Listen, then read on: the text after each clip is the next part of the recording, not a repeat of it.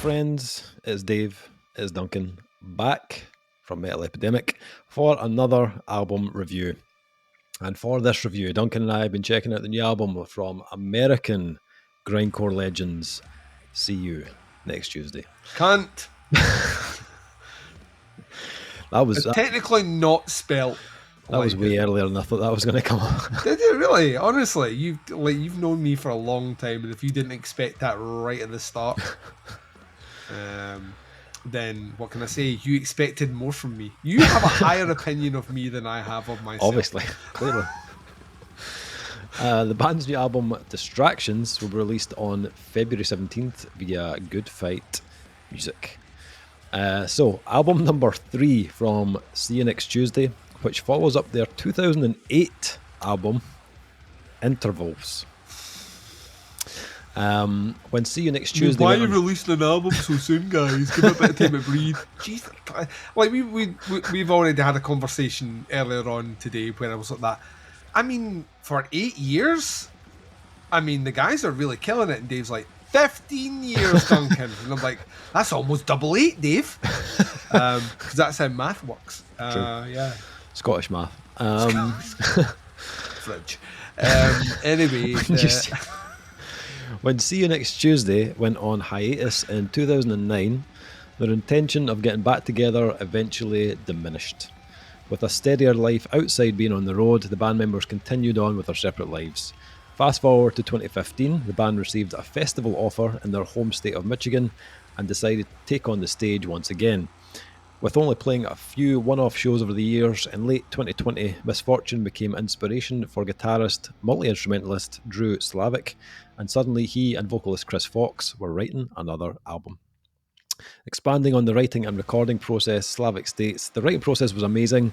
I wrote it in my home studio or in my head and recorded everything as it progressed. Being a mailman, I walk 8 miles a day, and I was able to listen and critique each song every step of the way. Pushing really myself is the best job if you're doing like Yeah. see if you have to walk 8 miles listening to anything isn't really a chore. I mean, like you can dissect. Yeah. Imagine how many audiobooks you could listen to if you well, I'm actually envious. Yeah, so he was able to push himself as a player, a writer, and a producer even further than before. My main goal musically was to write something different.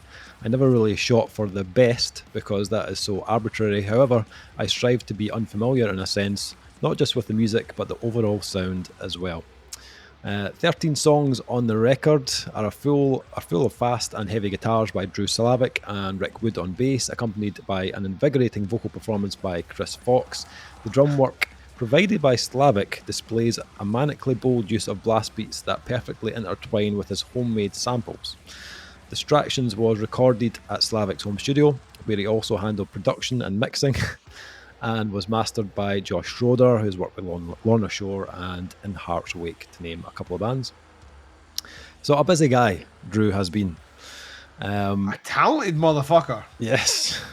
Like a talented motherfucker. Like Yeah. the production on this is fucking fire. So I was really keen to hear this.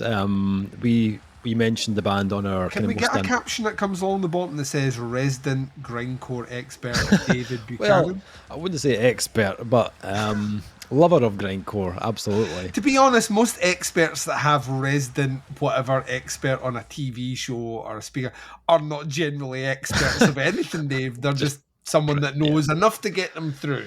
Pricks, Duncan, is what they are. I was a big fan of this band back in the day. I gave them a shout out on our Ones to Watch video in 2023. Their previous 2 albums, Parasite and Intervals, were I think they're both on Ferret Records as far as I remember.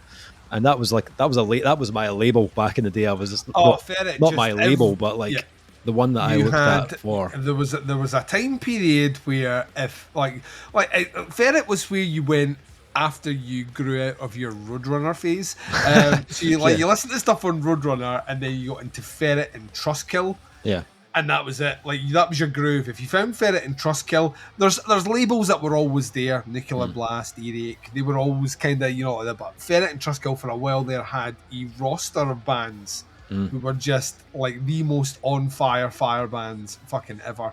And it was everything from shit that would sell millions to the most obscure, bizarre shit that no one but you could pull out your ass when people were like that. Oh, you like heavy music, do you? Yeah. What do you listen to? It's not very heavy, is it? Yeah. What do I listen to? You ever listen to See You Next Tuesday? Oh, you haven't? Who's the cunt now? That's literally how those conversations went. It was like See You Next Tuesday and Pig Destroyer were like trump cards whenever you wanted to play, like, oh, you listen to music that makes you feel sick? Woohoo! Pig Destroyer! Fucking checkmate, motherfucker. So, yeah. 100%. What does See You Next Tuesday sound like in 2023, Duncan? That is the question. What does See You Next Tuesday sound like in 2023? Well, Duncan. Mellowed out. Yeah, they've went for a more kind of psychedelic, chilled out, more kind of stonerish kind of vibe on this album. Have you heard Taylor Swift? Because it's not like that. If Taylor Swift was being beheaded, then maybe. Yeah. If Taylor Swift was being beaten to death, it may sound like Distractions. The album starts off in typical See You Next Tuesday fashion. An intro track of weirdness, which they've done before on past releases. This one features use of the words. Yes, I was just going to say that. Yeah, it features the word cunt quite a lot. So much so that I thought they were Glaswegian. I was like that. And like, no one else outside of Scotland uses the word cunt as much as this fucking 1 minute track. Yeah. Surprised they haven't done it sooner, to be honest. Being that the band's called it's low hanging fruit. You know yeah. what I mean? You give people 2 albums and a huge hiatus of 15 years, and then when you come back, you can drop the word cunt. Sure, yeah, absolutely. I think I remember seeing merch back in the day with cunt written on it with this band. I'm sure I did. Anyway, yeah, when I looked at the track listing as the intro track was playing, I was like, okay, right, so there's one song that runs longer than 2.5 minutes. And that's the last song on the album. So this must be a grindcore album. Yes, it is. Yes, it is. As you'd expect, that this is fucking punishing from track 2 onwards. Like, these tracks are just in and out before you fucking know it, but they are absolutely stuffed to the gills with so much stuff. Like, this is more kind of like a kind of more modern, almost kind of like a technical kind of grindcore is how I'd kind of sum it up roughly. This is flies in the face of a lot of what we've been talking about tonight, of bands that come back after a long period of time and just kind of settle into a groove. Yeah. Like that they had 15 years ago. Like, honestly, if you told me this was a debut album from a brand new grindcore band, I'd be like that, totally believe it. Yeah. Yeah, absolutely. Nuts. Yeah, the first track, What a Funny Girls Used to Be. Bad grammar, but it kind of lures you in with a little bit of a false insecurity, because it's got a kind of slow-ish for See You Next Tuesday kind of build up of like kind of chugging guitars, a bit of kind of lead work, but that lasts about 30 odd seconds, and then it's like, do you think he's being funny? Do you think he's like that? I know what they expect. Maybe. And I'm not going to give them, and I'm going to see how long it takes them. Yeah. Like, they're going to skip a track maybe, but I'm going to hold. I didn't skip. I was like, oh, what's going on here? What's happening? And then, as I said, about 30 odd seconds, and all hell just kind of breaks loose. It's just like the floodgates open, and it's just an all-out attack on like just machine gun blasts and like just fucking frenzied guitar work. But I liked how, like, when that kicked in and everything goes like chaotic, it doesn't remain like that for the rest of the track. No, they get to a point and then they start to bring it back down towards like the pace that they gave you earlier on, and it gave me more of a kind of like, right, okay, moment to kind of grab onto in the track, because before that I was like, what's happening here? where are we going? Where are we going next? But then that last part kind of brought me back down and kind of like just brought me back down to earth. And then we're just like, then we're off. Then it's just like you're just thrown into this fucking onslaught of riffs and chaos. That I'll start off with the guitar work, because the guitar work is just insane. It really stands out. Like, it is sickeningly good. Like, just really twisted, really disjointed. The level of playing here is unreal. And like, if you've heard any of the singles, you'll hear what I mean. It's just injected with this like real dose of like malevolence. It's fast attacking, very intense, and just punishingly brutal.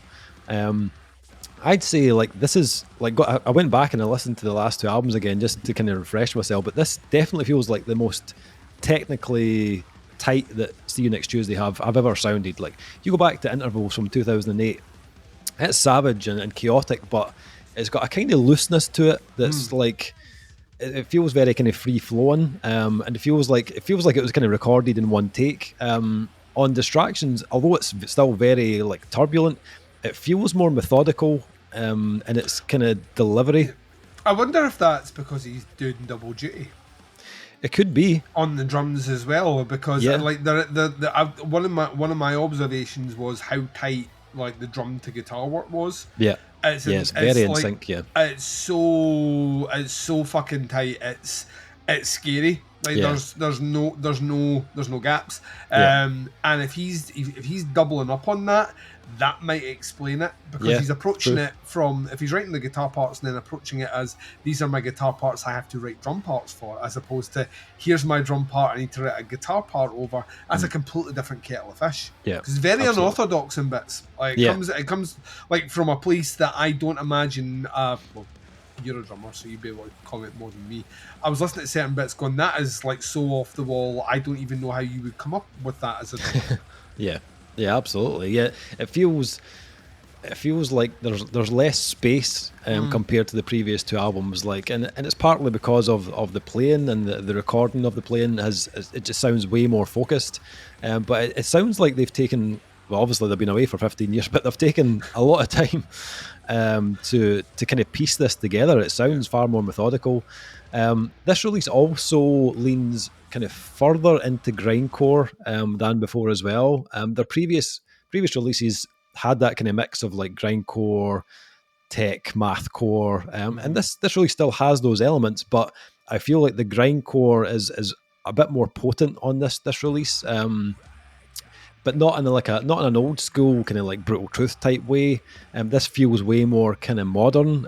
I think it's to do with the little splashes of tech metal and mathcore that are thrown in that kind of modernise it in a way, and that's really cool to hear, because you'd expect like a band that's been on hiatus for almost 15 years. You maybe think they might rein it in or go in another direction with something like this, but they haven't done that at all. They've actually went forced towards a more kind of visceral, relentless sound. And to be honest, as you said, like it doesn't feel like they've been away for 15 years. This sounds like a band that have been continually active behind the scenes. I can't imagine this would be an easy style to just like pick up and start going again. So it's all the modern nods. So it's like clearly he's not stopped listening to music. He's been keeping that going in the background. He's keeping his skills up to date, up to par, and those like the kind of typical like See You Next Tuesday traits are still here. Like for people that are like, oh, like I really like the old stuff, I'm hoping they haven't moved too far away from that. There's still elements of that there. You've got those moments where they veer into something really slow and really dissonant. Those like the kind of like, as I've referred, the kind of blood has been shed type moments. Track 3, Hey Look No Crying, has quite a few of those moments. I was just in my element. I was just like, no, I can't take any more, but give me more. The breakdowns are so disgustingly heavy. I think it's because you're going from something so relentless and like chaotic, and then they kind of just bring it right back into something dynamics, simplistic and discordant, and it's just like has so much impact. If that was utilized in every single song, that wouldn't work. Yes, you know what absolutely. I mean. That's where this is where this band shines. Yes, is they never give you any opportunity to experience really the same thing twice. Yeah. Yeah, absolutely. I think when, even though like the guitars and the drums are super heavy, the vocals, well, like those Chris's vocals go. There's moments he gets those really like guttural. It's like a really demonic kind of tone, and it just like when it's paired up with those really like kind of juggernaut kind of breakdown riffs. It's just like wow, God, like it's just super heavy. There's a riff in the middle of "I'll Never Be the Same," and it was like it kind of reminded me a little bit of like Ion Dissonance, that kind of type of vibe. I was just like, they're a band I adore, but I was just like, oh, there's another tick in the box. Like every track had something that just kind of like caught my ear, and I was like, oh wow, that's really super cool. Like the way they've put that together. There's also a real kind of layer of darkness to this album as well, right throughout the album. And I noticed it in particular on a couple of tracks, "I'll Never Smile Again" and also this "Happy Madness," and they both tracks had a real, and they don't sound like this band, but it kind of reminded me of them in a way, but it reminded me of Will Haven a little bit, just how they keep this kind of malevolent, kind of sinister vibe sitting in the background. And those tracks had it more than the others, but you can hear It's it. an ambience, isn't it? It is, yeah, absolutely. It's weird to describe. It's just you constantly feel like there's dread. Yeah, there, but no absolutely. one's doing anything to make you feel like there's dread. Yep, absolutely. And I love that about it. Like I loved Will Haven for that reason, but I loved it on this as well. I think it works really well with the more chaotic stuff. There are some moments where they experiment a little more as well. So there's a track called "I Had the Craziest Dream," and it has this like almost kind of like doomy kind of sludge riff in it that kind of brings the tempo right down, lets you enjoy something a little less chaotic and just kind of straight up heavy. There's a couple of tracks on the album that are just like 30 seconds of just like kind of like a digital grindcore or something, like weird noises, rapid blasts, really distorted vocals. I mean, you could call them interludes, but they're not like tranquil, relaxing moments like an interlude would be. Plus, they're coming off things that are relatively heavy as well, so it's not as if they're resetting the scales. No, they're just they kind of remind me of the. It's probably the most like obvious nod to like old school grindcore, you know, the bands that would have like a 5-second track or something, and you know, like, and it was utilized as a way just to, it was obviously clearly an in-joke with the band that you would get. In the case of this one, they've done it, but they've teched it up, and it's so fucking cool. It's so cool. Yeah. And then you've got the closing track, which is Strange Music, just over 7.5 minutes long, so it's completely different to the rest of the album, but it's the last track. About 1/3 of the album. Yes. This is the kind of the last track, more experimental. It's a slow burning track, starts off very clean and eventually delves into these like really churning kind of doom laden riffs and big kind of drum stabs, very ominous, builds to a real kind of point, and then it gets to this really like crushingly heavy section before it kind of starts to wind down and go back towards the kind of clean pick guitars. And I think like as a closing track, it completely fits the brief. I thought it was a really, really good closer. When I was listening to it, I was like, I mean, they could have placed this in the middle of the album and it would have worked as well. And it would have given you like that kind of breather moment. But when I went back and listened to their old stuff, this is something they do. The last track tends to be a little bit longer, a little bit slower as well. So I was like, okay, it kind of fits the kind of the consistency of the previous album. So, and like, to be honest, it's a 28 minute track, 28 minute length album. The last track being just like 7.5 minutes or so. So really, you're only getting about 20 minutes of grind, really intense stuff, and then you've got that big long kind of track, the slower track. Then, so I totally understand why they put it at the end of the album, and it totally works, to be honest, as a closing piece. I really enjoyed this. Like it definitely took me back to early 2000s. You know, when I was listening to it, there were more bands, more bands of this ilk back then. When you just got an album full of just utterly savage music. But it still has a lot of rewarding moments. Like bands like Blood Has Been Shed and Candiria and the Red Chord are great examples of that. You know what I mean? And there's not a lot of bands still doing that anymore.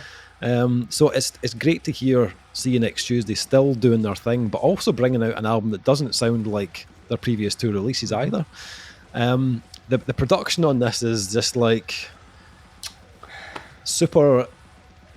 It's super grimy, really. It's like their last album had really kind of meaty, kind of gut punch of a production that you really felt. This feels more on the kind of grimy, gritty side. The guitars are really heavy and dissonant, really pack a punch, and the bass is just kind of sitting just underneath, quite grisly kind of sound as well. I wasn't at first when the album first kicked in, the first couple of tracks, the drum sound that I wasn't totally sure about to begin with. I was like, oh right, okay, the drums sound totally different to the last album. Yeah. But obviously, after I read the press release saying they obviously used bits of samples and stuff, I was like, all right, okay, I can kind of hear that. But then as the album went on, it kind of started to fit the whole sound, the rest of the album, the aesthetic of the album. I thought, you know what, it actually does work with the rest of the album. So I kind of forgot about it about halfway through, and I was like, actually, this is actually pretty cool. I think the style of the production totally fits what they've done on this album, this more relentless kind of aggressive sound. The last thing I want to mention is just the artwork. I think the artwork is cool as fuck. Like, this will look killer on a t-shirt. Like, as soon as I saw it, I was like, that's going to look awesome. Like, that's going to be merch flying at the door when that goes on a t-shirt. Yeah, thoroughly enjoyed it. Didn't disappoint. What did you think? How did you get on with it? Let me spin you a yarn. Okay. Yeah, like, this is a nasty fucking album. This is like what I love about Grindcore, and specifically the offshoots of Grindcore, which involve not your traditional Grindcore, but your Grindcore that involves a lot of weight and tension and an atmosphere and dankness. The aforementioned Pig Destroyer is the greatest example of that. Is they're not easy bands to recommend. No. Right? Like when you're sitting chatting round the water cooler at work and people are sharing what you've been listening to recently, like Pig Destroyer is never an easy one to fit into the conversation. No. Neither is See You Next Tuesday. It's not an easy one. What I love about these guys is, like, in the last 3 years, certain bands that had been away for a while have returned, and now that I'm working on the timeline is not too dissimilar to Genghis Tron, right? And Genghis Tron, they folded up about 2008, 2009, and they were chaos incarnate. They came back and it was a sea change shift in the sound. Like, they just, like, they were not really interested in doing that anymore. They'd went the other way. And there was a part of me that when we heard the advanced single for See You Next Tuesday, which one was it? Why Can't You Behave? Potentially, I can't remember. Whichever one you sent me, and you were like, "That, listen to this, it's fucking savage." And I listened to it, and I was like, "Oh yeah, bastard." There is a part of me that I always skeptically approach these things from the position of, why is that the single that you chose? Is that the single you chose because you want? Is that the single you chose because you want to pull a Nickelback, right? You want me to think your album's going to be one way, and it's not at all, right? Or is it a case of, this is you, a statement of intent to the fans, a nod of the cap saying, oh, we ain't lost fucking anything, strap yourself in. And it's a bit of both in this. What I loved about this is the range that you go through. You mentioned it before, like, at its most savage, this is so fucking disgusting, it's unbelievable. Like, it really, really is. You, like, if you're not wincing, pulling a fucking face that looks like Robert De Niro about to talk someone off a cliff, you know what I mean? Like, they're not doing their job right, or the music's not loud enough in your headphones. Like, it really did at points make me kind of start to, like, twist to the side by how fucking just ugly this is. Yeah. But that's just one tool that the band utilise. The cleverness in the songwriting can't be understated for me, because every moment of pure savagery is followed up by a very clever switch into, you mentioned those kind of doomier, sludgier elements, which totally fucking work in this arena. Probably shouldn't work as good as they do, but totally work in this arena. Or moments where a bit more of weird, bizarre electronic, like glitchy shit comes in, which does work with the kind of grindcore aesthetic, but used in the way they use it as an interesting element. It never overshadows any of the guitar work or vocals, so it's really well done and well placed. Also, the flow of the album, Notwithstanding almost 8 minutes, almost a third of the album being the last track, which is this big, sprawling, very sort of languishing track. You know, it allows you to build into the heavier elements, and it allows you to slowly exit out at the end in a nice kind of satisfying crescendo. Notwithstanding that, the album has a surprising amount of twists and turns. It's never at any point predictable. No. Even on subsequent listens, I feel myself feeling like I know what the next riff's going to be because I've listened to it before, and then it hits me with something. I'm like, that's not where I thought this was going. I love that about it. Yeah. I think a lot of it's to do with how the guitars are structured. The guitar playing is so fucking good. It's silly. It really, really is silly. And I didn't do the due diligence that you did by jumping back into the back catalogue. But what I did do was I wanted to see how the band come across live. Like, is this a guy who doesn't move while playing guitars, or is this a Dillinger escape plan? If you don't duck, you're eating my guitar head, sort of thing. And it's not; they're not static live either. They really, really aren't. So that guy who's clearly like next level talented, you know, like doesn't need to look at where he's putting his fingers when he's playing because he just trusts that they're going to land on the right fret. And the guitar work is so bloody good. It's like so good, but it's the songwriting that elevates it. Those moments where you're getting chaos and then something much slower and more methodically heavy, or bits where we're going a bit doomy, a bit more atmospheric, a bit more sludgy, but then we're going to strip things out and hit you with ferocity. It's just really, really, really, really well done. Yeah. But there are moments here, even vocally, and the vocals are fucking like skin-peelingly fucking brutal. There are moments here where they actually surprisingly go more anthemic. Not like anthemic in terms of we're going to sing a song that you can all sing back to, but moments where I felt like we're singing a mantra here. We're hammering these lyrics in. What a Funny Girl Used to Be is a great example of that, as is Hey Look No Crying, where we hit repeated motifs that I felt myself as the audience wanting to shout back at the band. I think it's really, really smartly done because it kind of taps into that the audience is part of this as well. This isn't just for us, this is for everyone.